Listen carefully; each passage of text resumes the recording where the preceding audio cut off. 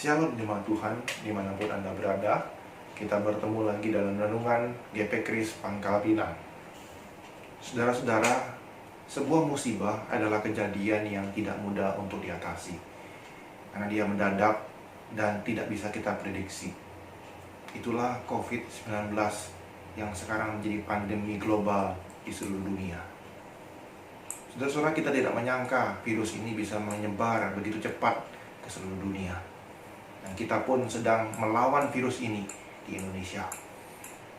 Bagaimanakah kita sebagai orang Kristen menghadapi masalah dan wabah yang terjadi dalam kehidupan kita? Mari kita melihat terang firman Tuhan lewat tokoh Daud, di mana dia dalam menghadapi pergumulan dan musibah yang dia alami yang mengguncang kehidupan dia. Mari kita melihat dalam 1 Samuel 30 ayat 1-19. Ketika Daud serta orang-orangnya sampai ke Siklag pada hari yang ketiga, orang Amalek telah menyerbu tanah Negeb dan Siklag. Siklag telah dikalahkan oleh mereka dan dibakar habis. Perempuan-perempuan dan semua orang yang ada di sana, tua dan muda, telah ditawan mereka dengan tidak membunuh seorang pun. Mereka menggiring sekaliannya, kemudian meneruskan perjalanannya. Ketika Daud dan orang-orangnya sampai ke kota itu, tampaklah kota itu terbakar habis, dan istri mereka serta anak mereka yang laki-laki dan perempuan telah ditawan.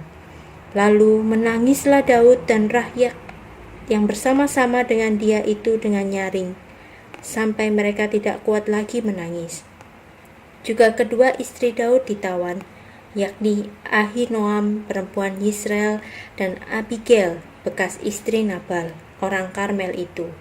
Dan Daud sangat terjepit karena rakyat mengatakan hendak melempari dia dengan batu.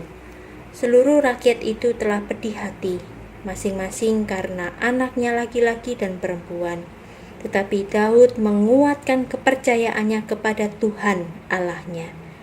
Lalu Daud memberi perintah kepada Imam Abiatar bin Ahimelek, "Bawalah efod itu kepadaku."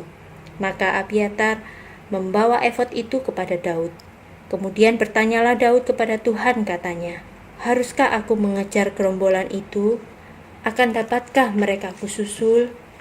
Dan ia berfirman kepadanya, "Kejarlah, sebab sesungguhnya engkau akan dapat menyusul mereka dan melepaskan para tawanan." Lalu pergilah Daud beserta ke-600 orang yang bersama-sama dengan dia, dan sampailah mereka ke sungai Besor. Sementara orang-orang yang mau tinggal di belakang berhenti di sana. Maka Daud melanjutkan pengejaran itu beserta 400 orang. 200 orang yang terlalu lelah untuk menyeberangi sungai Besor itu berhenti di sana. Kemudian mereka menemui seorang Mesir di padang lalu membawanya kepada Daud. Mereka memberi dia roti, lalu makanlah ia. Kemudian mereka memberi dia minum air, dan memberikan kepadanya sepotong kue ara dan 2 buah kue kismis. Dan setelah dimakannya, ia segar kembali, sebab ia tidak makan dan minum selama 3 hari 3 malam. Kemudian bertanyalah Daud kepadanya, "Budak siapakah engkau dan dari manakah engkau?" Jawabnya, "Aku ini seorang pemuda Mesir, budak kepunyaan seorang Amalek. Tuanku meninggalkan aku karena 3 hari yang lalu aku jatuh sakit. Kami telah menyerbu tanah Negeb, orang Kreti dan daerah Yehuda dan tanah Negeb Kaleb, dan Siklag telah kami bakar habis." Daud bertanya kepadanya, "Dapatkah engkau menunjuk jalan kepadaku ke gerombolan itu?" Katanya, "Bersumpahlah kepadaku demi Allah, bahwa engkau tidak akan membunuh aku dan tidak akan menyerahkan aku ke dalam tangan tuanku itu. Maka aku akan menunjuk jalan kepadamu ke gerombolan itu." Ia menunjuk jalan kepada Daud ke sana, dan tampaklah orang-orang itu berpencar-pencar di atas seluruh daerah itu, sambil makan, minum, dan mengadakan perayaan karena jarahan yang besar yang telah dirampas mereka dari tanah orang Filistin dan dari tanah Yehuda. Dan pada keesokan harinya, Daud menghancurkan mereka dari pagi-pagi buta sampai matahari terbenam. Tidak ada seorang pun dari mereka yang lolos, kecuali 400 orang muda yang melarikan diri dengan menunggang unta. Daud melepaskan semua apa yang dirampas oleh orang Amalek itu.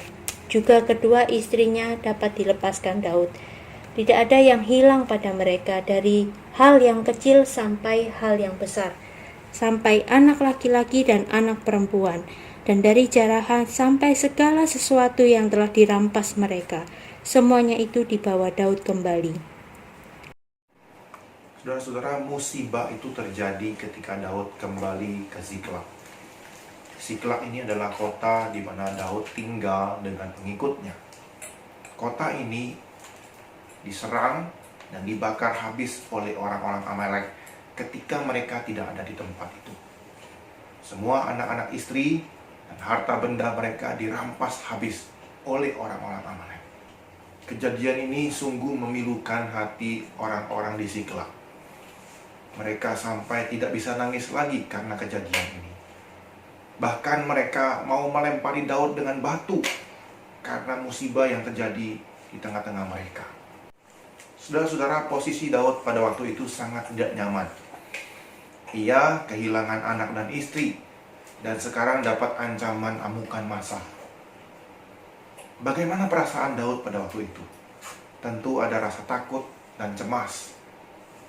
Tetapi saudara-saudara, dalam pergumulan itu Daud menguatkan kepercayaannya kepada Allah.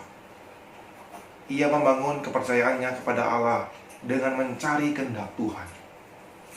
Nah, saudara-saudara, tindakan Daud ini sangat penting. Ketika kita panik menghadapi sebuah musibah ataupun masalah, kita perlu mencari Tuhan. Dan tindakan seperti Daud inilah yang perlu kita latih. Tuhan pun menjawab doa Daud. Dan Tuhan berfirman kepadanya, kejarlah orang itu. Engkau akan dapat menyusul orang-orang Amalek itu dan mengalahkan mereka, serta membebaskan tawanan.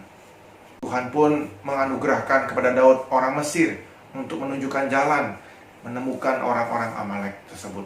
Akhirnya Daud bisa mengalahkan orang Amalek. Dan di ayat 19 dituliskan kepada kita, tidak ada satupun tawanan ataupun barang jarahan dari orang Amalek itu yang hilang. Semuanya dapat diambil kembali oleh Daud dan pengikutnya. Tuhan mengembalikan semuanya kepada Daud dan keluarganya. Saudara-saudara, semua kejadian ini menunjukkan bahwa Tuhan menjawab kebutuhan Daud. Tuhan menyediakan waktu, memberikan kekuatan dan orang-orang untuk menolong dia. Daud tidak pernah meragukan Tuhan dalam musibah. Ia justru makin percaya kepada Tuhan akan rencana Tuhan dalam kehidupannya. Nah, di sanalah kita bisa melihat kepercayaan Daud kepada Tuhan membuatnya menemukan segala yang ia butuhkan. Apa yang kita bisa pelajari dari kisah Daud ini? Saudara-saudara, kita perlu membangun kepercayaan kita kepada Allah dalam setiap musibah yang kita hadapi. Musibah akan terus datang dan menghadang kita. Tapi biarlah iman kita tidak menjadi lemah. Justru seharusnya kita semakin hari semakin kuat. Kita percaya kepada Tuhan bahwa Tuhan sanggup menyediakan kekuatan dan penghiburan dan hikmat untuk menghadapi setiap musibah yang kita alami. Biarlah anugerah Tuhan boleh menolong kita dan menguatkan kita menghadapi masalah ini. Jemaat Tuhan, biarlah lagu ini bisa menguatkan dan mengingatkan kita dalam menghadapi pergumulan hidup ini.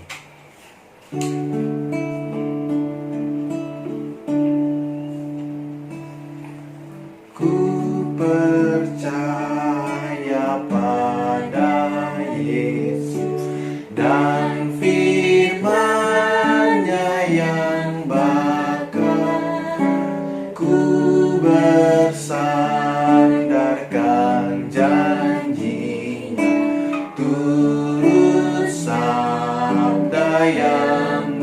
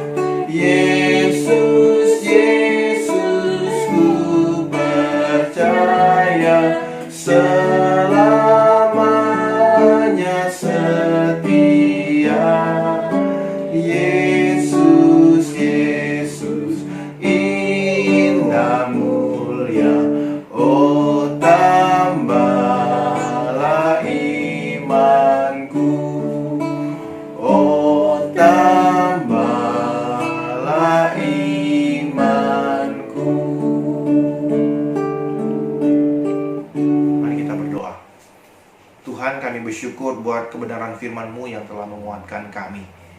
Biarlah kami terus boleh membangun kepercayaan kami kepada Engkau. Dan biarlah kami boleh melihat hikmat Tuhan, pimpinan Tuhan, dan rencana Tuhan dinyatakan dalam kehidupan kami. Di tengah-tengah pergumulan kami menghadapi musibah-musibah ataupun masalah-masalah di dalam kehidupan ini. Tolong kami Tuhan, kuatkan kami. Dalam nama Tuhan Yesus kami berdoa dan mengucap syukur. Amin.